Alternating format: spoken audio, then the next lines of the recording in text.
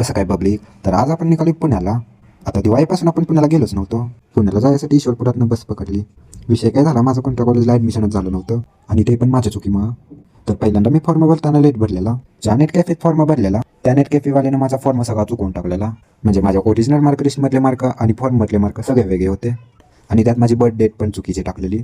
त्यामुळे कोणत्याच कॉलेजने फॉर्म अलाव केला नाही.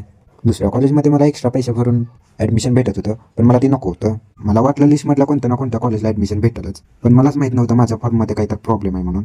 काही कॉलेजमध्ये जाऊन बघितलं मग कळालं की माझ्या फॉर्ममध्ये प्रॉब्लेम आहे.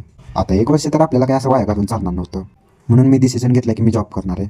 आता माझी फॅमिली तर पुण्यालाच असत्या, पण मी फॅमिलीसोबत न राहता बॅचलरमध्ये राहायचा विचार केलाय.